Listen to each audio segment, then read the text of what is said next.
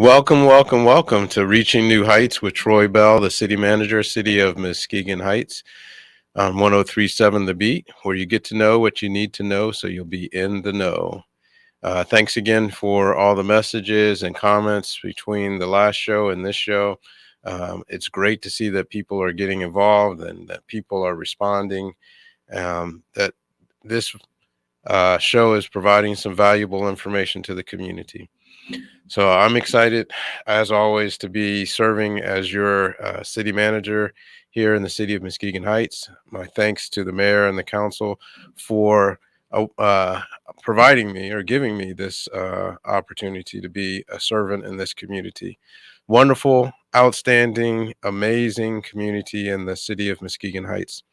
So today we're going to take care of a few announcements and move into a discussion about what's in the news today that's critical to the democracy, critical to the future of this country, in my opinion, the Voters' Rights Act. And then we will be joined by guests that will pop in midway in the show from Keller Williams and to talk about what new and exciting things that they're doing in the community. So let's go ahead and get started so that we don't run over time this week. This coming Monday, exciting, always exciting. We have our council meeting at City Hall in the council chambers. Monday, it's the second and fourth Monday of every month. And so this Monday will be our next council meeting. And so we want to make sure that everybody knows to come out and to be part of the meeting. It will be starting at 5:30 as usual, sharp. If you can't make it in person, please join us via Zoom. You can find the Zoom link on our website. But we encourage you to come in person. Social distancing is in effect. So we ask that you come prepared with a mask and make sure that you have your hand sanitizer because we want to make sure that everybody is safe. Just a reminder with regard to COVID, every Thursday from 2:30 to 5:30 p.m., we do staff testing at City Hall in the council chambers. So we ask you if you would like to come in, you can get tested alongside of staff. There's no charge. It's completely free, whether you have insurance or not. It's about a 2-minute test. It's just a swab in your mouth that you do yourself. It is the PCR test, which is the highest rated. I think the accuracy of this test is 99 point something, something, something. So it is extremely reliable. And again, we do this testing on a weekly basis so that we have the data and information to keep people safe from themselves, to protect them from potentially contaminating their families if they are positive, and also as a service to the community to make sure that you have a degree of reliability in knowing that when you interact with city staff that they have been tested and have been found to be negative in terms of COVID. So we encourage you to come into City Hall and be part of the testing process.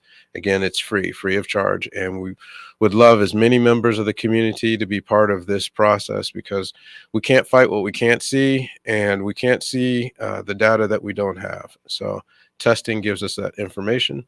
I encourage everybody to be vaccinated, fully vaccinated, boosted, because that is the armor that we have to fight this virus. You are less likely to go to a hospital. You're less likely to be affected severely such that you're in danger of death if you're vaccinated. Doesn't mean that you cannot contract the virus. It just means that on whole, by and large, it's going to be less severe if you're vaccinated. And that's all the more reason why you should test on a regular basis to make sure that if you do contract it, you are vaccinated, you're less likely to have symptoms, and you might not even know that you are COVID positive. So you should test regularly, even if you feel fine. Numerous members of our staff have tested positive who are vaccinated fully vaccinated and boosted and did not have any symptoms.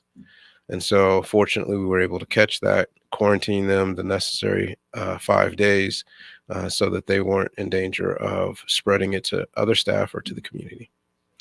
So, with that said, I want to commend all the folks that came out at last Wednesday's meeting. We had an open forum, 5:30 in City Hall to discuss putting together a calendar of events for the city of Muskegon Heights so that we can coordinate, we can facilitate, so that we can share resources and get across events and make sure that we are maximizing the value that we provide the community by all being on the same page. So we had about 20 individuals participate in this via either Zoom or in person, and we collected a list of existing activities in the region and in Muskegon Heights, and we also brainstormed on some new activities. I want to highlight, because it's fairly new, this would be the third year, Juneteenth, which is now a national holiday. We are planning a Friday, Saturday, Sunday event for Juneteenth to celebrate um, on Sunday with fireworks show at Mona Lake. So that was one of the things that we talked about. We talked about starting a new street festival. This was talked about last year. Unfortunately, we didn't have enough time to get it kicked off last year. So really excited and looking forward to in the month of August, every Friday, happy hour with the street blocked off on Broadway from Peck to Baker. We anticipate putting chairs and tables out there, food trucks, beverages, adult beverages, entertainment, live entertainment. And if everything works out nicely, we'll be able to follow that up with transitioning to Rowan Park for a family movie in the park. And so I'm excited that we'll be putting the pieces together to start the planning so that will be kicking off in August in the city of Muskegon Heights in the downtown area.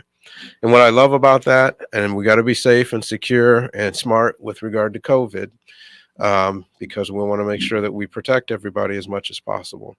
But in a city of friendly people, I never can get enough of the opportunity to get together with folks and to see folks getting together, enjoying themselves, having a good time, eating good food, good beverages, and live music. So that's what one of the activities that we discussed. And I also want to thank Jennifer Ross and Kaya Thornton, as well as Mimi Rankin, for coming to the meeting and helping to steer and facilitate the meeting. I want to give a special thanks to Jennifer Ross for volunteering to head up this committee. We're calling it, I think, the Muskegon Heights Events Committee. She is going to be co-chairing that with Kaya Thornton. So I think big things are coming to Muskegon Heights, and this is just the start of it. One additional announcement, and let me back up and say, if you're able to make it to the meeting at City Hall on Monday, the council meeting, there'll be a brief, I think, report from Ms. Ross about that, her efforts subsequent to that meeting. We did have a meeting last Friday as well. Thanks to Phyllis Laudermill and also Kate. I always get her name wrong, mispronounce her last name. So I'm going to leave that to when she joins the show. But the discussion around building new houses in Muskegon Heights was the focus of that meeting. And we had Senator Bumstead there. Special thanks to him and his staff. I think he brought 2 members of his staff, and maybe a third was on Zoom. I think we had close to 30 people participate in that via Zoom or in the room. Don't quote me on that, but I think that's what I recall. But it was just a great discussion about bringing resources to the table, and I'm sure they'll talk a little bit more about that when they join the show in a few minutes. But I just feel so inspired, motivated, optimistic about what we can do to begin changing the revenue picture here in Muskegon Heights. And I said it before and I'll say it again. We have to build new houses. And I'm talking about houses that serve people from the price point of 40,000 all the way up to 300,000. We have the space and the room to do it. We have the data that says that there's a demand for this, and we want to make sure that we put that product into the market so that we can invite people to transition from renting into home ownership, and we can rebuild our tax base here in Muskegon Heights, because the only way that we're going to get out of the hole that we're in, because expenses aren't the issue. Unfortunately, every year, regardless of whether we do anything or not, the price of materials, the price of staffing is going to go up every year. And unless we generate new revenue, and over the last 5 to 6 years, our revenue has been flat, which means it hasn't been increasing every year, just been staying stagnant. Unless we start generating new revenue that keeps pace with the expenses, we're always going to be in the hole. And there's no reason for a beautiful community like the city of Muskegon Heights, with all the assets and resources that we have, to be in the hole. I'm also excited because I am looking forward to being one of those people that lines up to purchase one of those new homes. And so I can't wait for that to get done, so that I get a chance to be able to do that and be part of the renaissance here in Muskegon Heights personally. So all good things coming. We'll talk a little bit more about that near when our guests join us. I do want to mention that the American Rescue Plan meeting that was scheduled for this past Saturday was canceled due to COVID issues, and it has been rescheduled for February 26th. That is a Saturday from 10 a.m. to 2 p.m. The email has gone out for that, and hopefully we'll have good RSVPs to begin discussing what type of criteria we are going to be using to assess projects that are ultimately part of a package that gets recommended to council, because ultimately council has the final decision. If you haven't been tuned in before, the American Rescue Plan is the money that we received from the federal government, and the mayor put together a focus group of citizens across the community and leaders to come up with ideas and recommendations on how to use those funds as a package that is then handed over to council for council to consider. They can either accept it, amend it, modify it, or throw it out completely and begin to utilize their own recommendations, or decide upon their own recommendations. So thank you for joining us, Ms. Laudermill. I appreciate having you here. Finishing up some announcements before we invite you and Ms. Kate into the conversation. And so those are the announcements for the city of Muskegon Heights.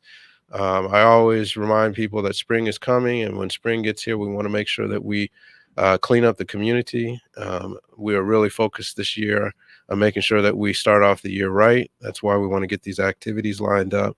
Want to make sure that the cemetery is bumping for Mother's Day, Memorial Day, and for the rest of the year. So that's a big focus. But we want to fight the blight here in Muskegon Heights, and so this is one step in raising Muskegon Heights to the next level. That's why we call it Reaching New Heights. So just a quick conversation I want to have, because the news that's out there now, well, it's they're debating on the Senate floor. Or I shouldn't say debating. The discussion is going on the Senate floor, and the filibuster is one of those things, ominous things that stands in the way. But I think even though we're local here, my job is just to be city manager here in the city. But the things that go on the national level of this magnitude should not and cannot be ignored. We have to pay attention to this, because this is the foundation of our democracy. We cannot have the promise of democracy, life, liberty, and the pursuit of happiness, as defined in or discussed in the Declaration. We cannot pretend to pursue those things if the foundation of democracy is not in place. And that's built on this idea that one man, one vote, that everybody has value. This is a meritocracy. It is no longer an aristocracy like what folks left behind when they left England and came here, fleeing the autocratic rule of an aristocracy to pursue a meritocracy here where everybody has merit. And it's not based on uh, how you were born or who you were born to, what your last name is, or who your father or mother was. It's based on uh, the quality of your character and the value that you bring to the table.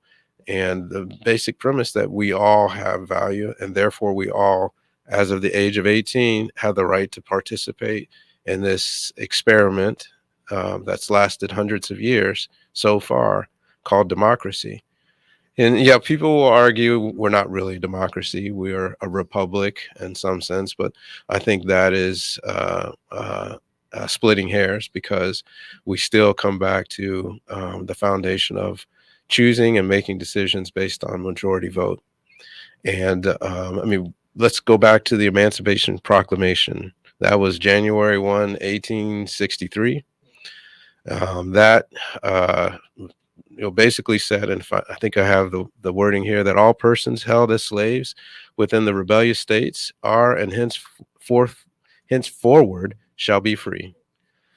And I go back to that because that we all know that when the forefathers of this country envisioned democracy in this country, they envisioned this meritocracy, and they missed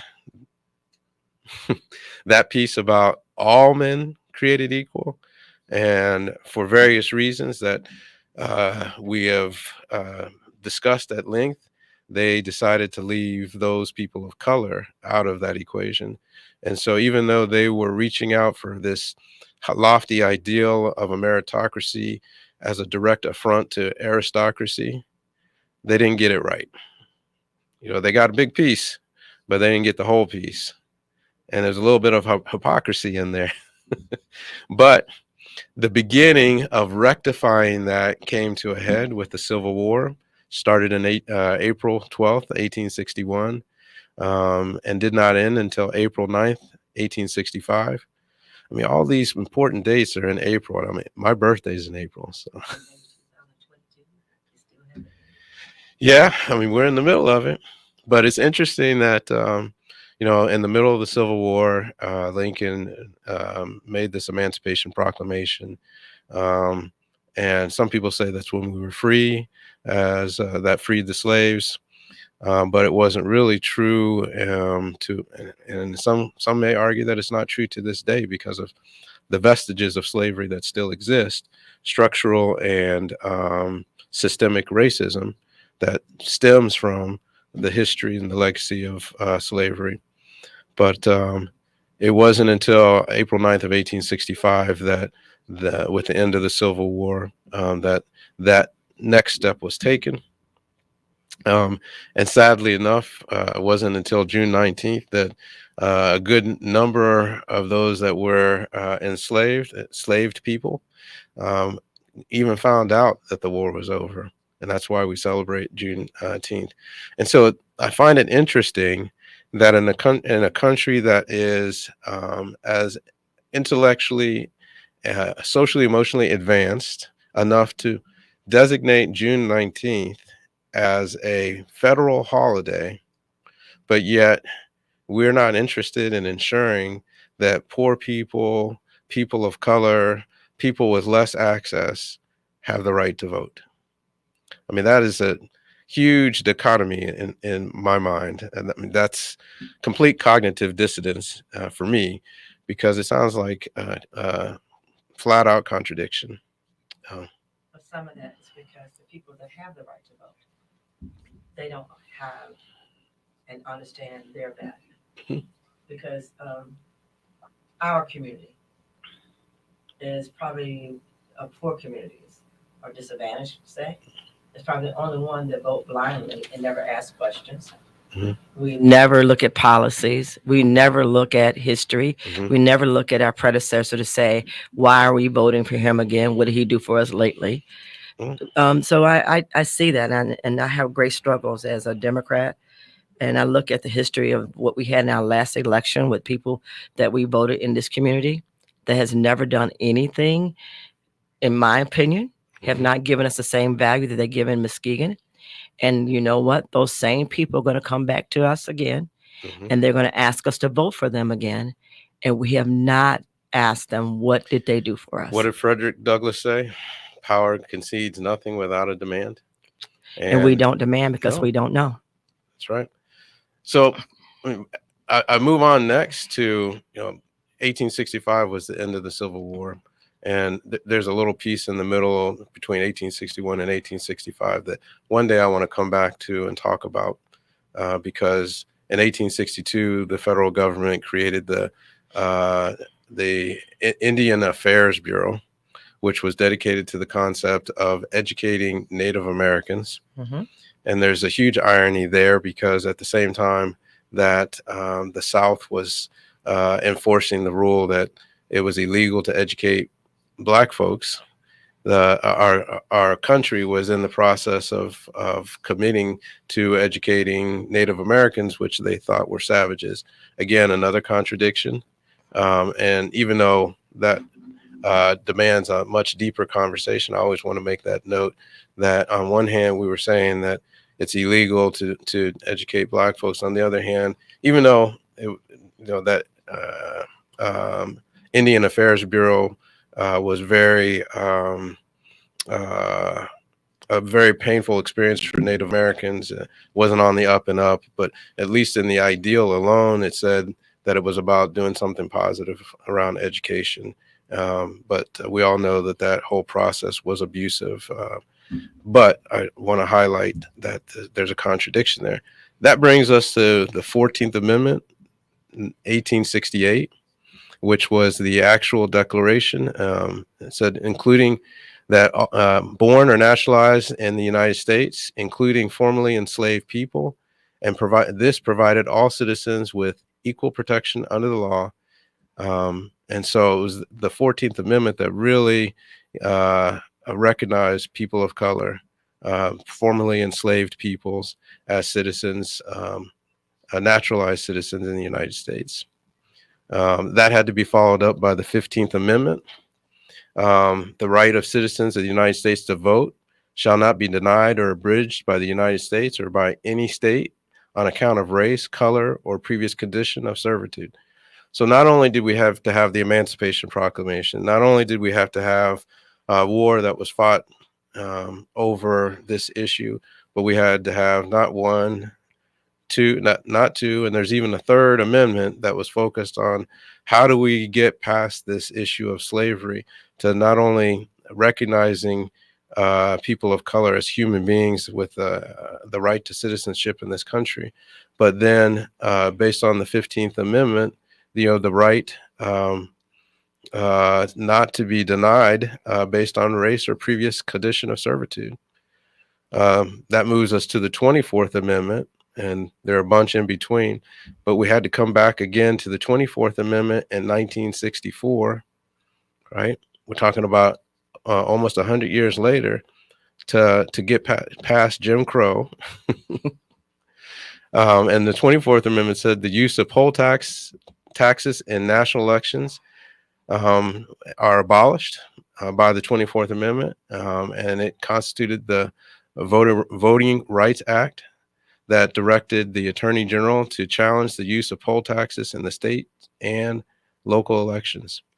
And if I can read this as well, um, uh,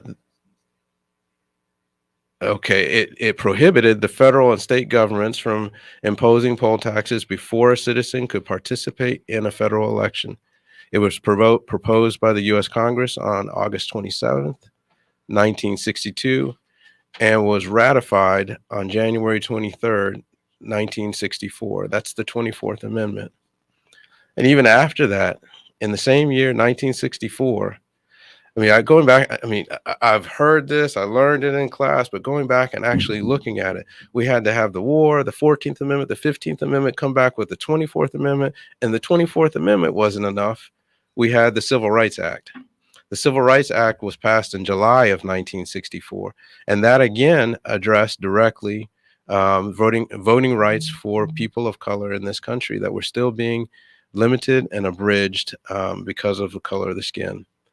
Um, Again, the Civil Rights Act was passed in July 2nd of 1964 after the 24th Amendment was ratified. It is widely considered one of the greatest achievements of the civil rights movement. This landmark federal legislation prohibited discrimination on the basis of race, color, religion, sex, and national origin. And the law applied to public schools, government agencies, employers, and private institutions that receive federal funds. There were six basic parts of the Civil Rights Act. It addressed voting, the use of public accommodations, the use of public property, access to public schools, the future expansion of voting rights, employment, and the enforcement of these provisions. So that was the Civil Rights Act of 1964. That was followed in 1965 by the Voters' Rights Act. The Voters' Rights Act in 1965 said that those types of things like poll taxes, again, Disenfranchised. disenfranchised people. On top of that, literacy tests. Was illegal. Yes, are illegal, and other provisions, poll taxes, literary taxes, and other bureaucratic processes used to deny one group the right to vote or to register to vote versus another group.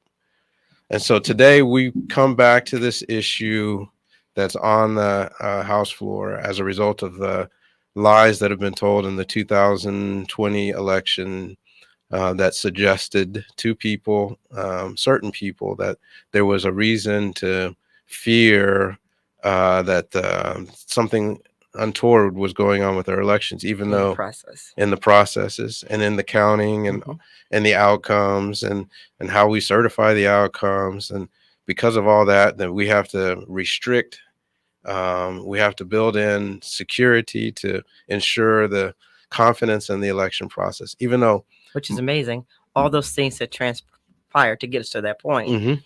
To say that they were legal, that we would even entertain such nonsense, right? Which tells us a lot about who we are. It goes back to our processing, right? And how we are very lettable people, and it is very devastating. I was watching some things today, and it's also very hurting. Tune into it on CNN. They're running it. I was there not too long before I left, and it's very hurting. And what's hurting is that nobody's, not saying nobody, but not enough of us is paying attention. And the ones that's going to be definitely disenfranchised, they're out there on Facebook or they're doing something. I'm not sure what they're doing. They're not paying attention to that part of the world. Brother Malcolm X said that we are being hoodwinked, bamboozled, falling for the okie doke. We're falling for it too, buddy. Yeah. Like I said, we're falling hard. All the experts said that we had an unprecedented number of people participate in this past election 2020, in the history of federal elections. And despite that, it was the safest and most secure election to date. Ever, right? And so all of these efforts on the state level designed to undermine access to voting are really focused on an attack on the concept of democracy. And I said 10 years ago, the biggest fear that I had about democracy was gerrymandering. When we started creating these congressional districts that were 80% Democrat, 20% Republican, or 80% Republican, 20% Democrat, you have polarized our democracy. Well, if anybody doesn't understand what this happened with that map of redistricting, it is so scary. Yes. That those of us, the NAACPs and the caucuses, whatever we want to call ourselves, that we are not coming together to mobilize, because this next election is going to probably be the most scariest election they ever had in life. So you talked about what we did, the first in ever. Yes. This time is going to be the first ever for gerrymandering, everything. It's going to be so crazy. And it's going to divide and conquer, and it's going to divide the classes in a way you never, ever, never known. Yes. And We have to be on guard. we're not on guard. Vigilant. We're so asleep. Yeah. We're so unprepared. Yeah, and it's amazing how where you are on this. And I know people's thinking like, "Where is he babbling about? What is he talking about?" It's so. That's you saying that. No, I'm saying this is what some of your listeners are saying too. And I just, because I don't think that when I say we, I can say us, because I never separate me for anybody else. I can say we. I think that what you're saying and what you're bringing to our attention is that there are some things we need to really, really pay deeply attention to. And there are some people that, when I say babbling, they may not quite understand the history because for whatever reason, it was not taught to them, or maybe they didn't understand it the way you're putting it. That's what I mean. Well, I was blessed, and I consider it a blessing. And those of you who know me, to be able to serve as a page in the House of Representatives. So as a kid in high school, I got to be part of the legislative process for the United States of America. And so it holds special meaning to me from that perspective, because I got to see firsthand this process in motion. And it's not a perfect process, but you understand the value and importance of protecting the sanctity of a process like this. And what I see them doing now, when I say them, those people who are trying to move the goalposts on what it takes, we're going right back to Jim Crow. We're going right back to, the poll taxes and the bureaucracy that was put in place. Like, we're going back to slavery. There you go. You can't vote unless you can tell me how many jelly beans are in this jar. That kind of nonsense. Which is just the same like in Georgia. You can't, if you're standing in line, nobody can give you a bottle of water. Come on now. That's just ridiculous. And so I see us taking a giant football field step backwards if we're going to allow this type of behavior. And it goes back to the point that he who makes the rules the outcome, right? I mean, I think back to when Tiger Woods first hit the golf scene, and he had the longest drive, and everybody, he was out driving everybody. Now all of a sudden the golf courses got longer. He set the stage, didn't he? Yes, but the rules were changed because they changed the playing field. I mean, this country is supposed to be about meritocracy, a level playing field where everybody has the same opportunities and access. But if we see that you have a skill or set that gives you an advantage, we're going to change the rules, manipulate the field of play to marginalize your skill, your blessing.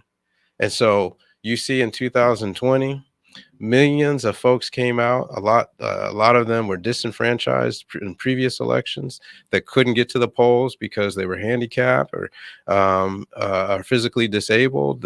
That were unable because of health reasons to come out and wade into a crowd and sit and wait for that period of time. People that traditionally didn't have access to cars or transportation or had to work. And because they had to work, they couldn't afford to take a day off. And some of those businesses and companies that don't recognize election as a day off. I mean, these are all the factors that kept the middle class and the socioeconomically challenged aspects of our country from participating in something that is their birthright as citizens or naturalized citizens in this country. And they came out in masses and participated in an election. And now we want, because of that, change the game, change the rules. That was a good analogy. Yeah. Because that's exactly what's happening. So if speed is your talent, then we're going to figure out a way to take speed out of the equation, because it's not about winning minds and hearts anymore as a democracy. I mean, when you put your ideals on the table and say, this is what I believe in, and you encourage and influence other people to get behind that vision, it's no longer about that. in politics. It's about who can get the most people to vote, or how I can keep the people that don't like me from voting. And that is a sad state in our democracy. So I mean, I know I'm taking time away from. No, this is the best Black history subject that we could have ever happened. So thank you. Yeah, it's important. Yes, it is. And so tune in to what's going on CNN, and listen to those people who are elected to represent us, um, as a country, as a state, and as a community, um, because they hold our future in their hands. And if we can't get past the filibuster, the 60 votes required in the Senate to be able to federally protect everybody's right as a citizen in this country to have clear access to participating in the voting process, we're done. We're done, because the state legislatures that are passing laws that say that the state can overrule the vote. I mean, that's ridiculous. That totally destroys the whole concept of a meritocracy, a democracy built on the meritocracy. And that's what we've got out there.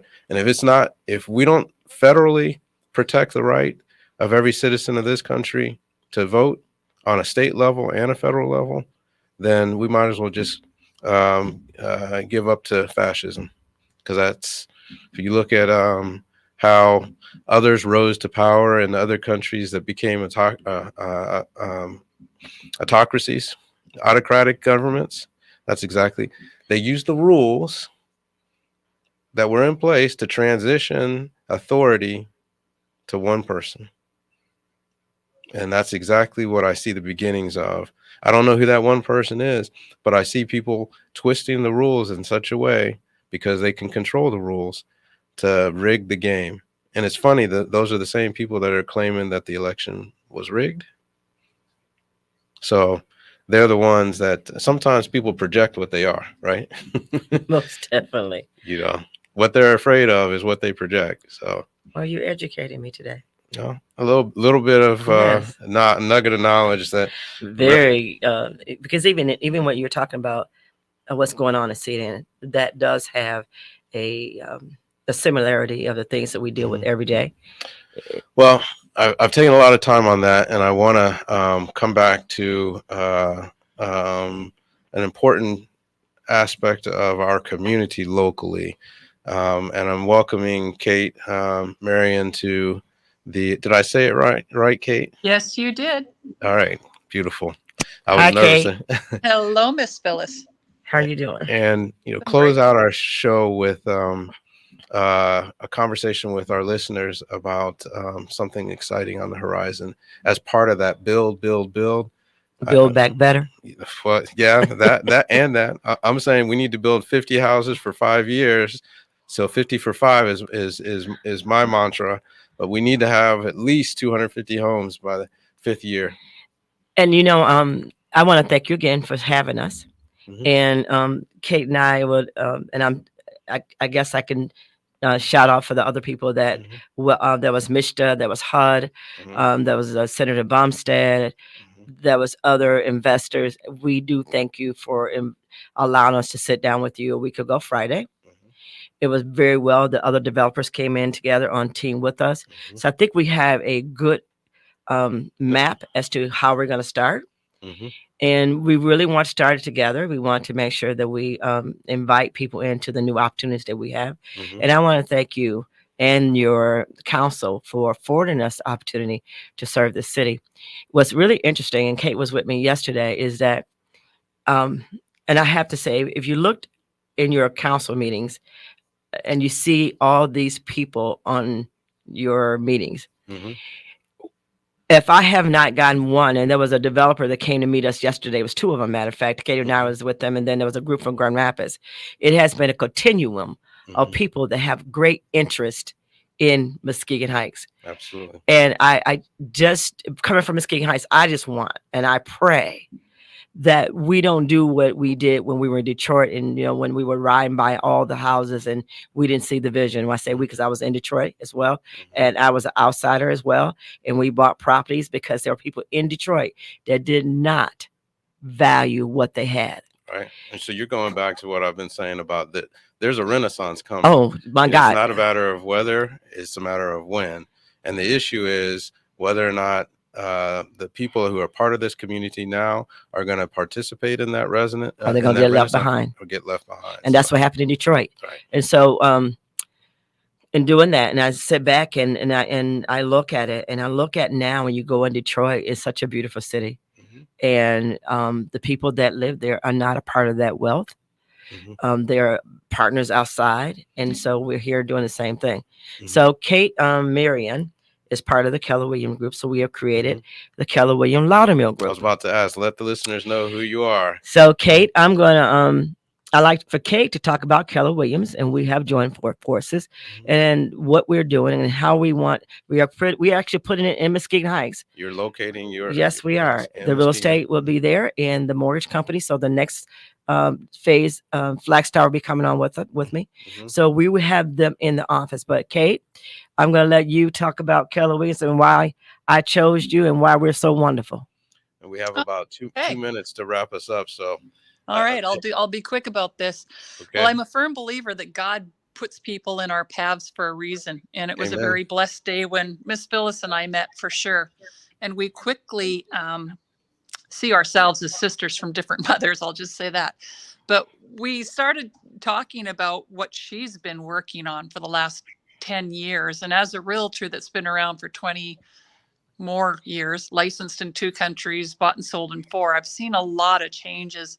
And I was actually out showing property in Muskegon that day, and we got talking about this project, and she told me, she wanted to build a real estate team and what would that involve. And being someone who's been in different brokerages and knowing how my success literally quadrupled the first year I was with Keller Williams Rivertown, I knew that if she was going to start a team and have the people that joined us reach success, not only, start a career, but build a business that was worth having, to support their lives in the future and really contribute to what we're trying to do within, Muskegon, that we needed to talk to Keller Williams. And Keller Williams is all about growing from within, the potential for agents to succeed.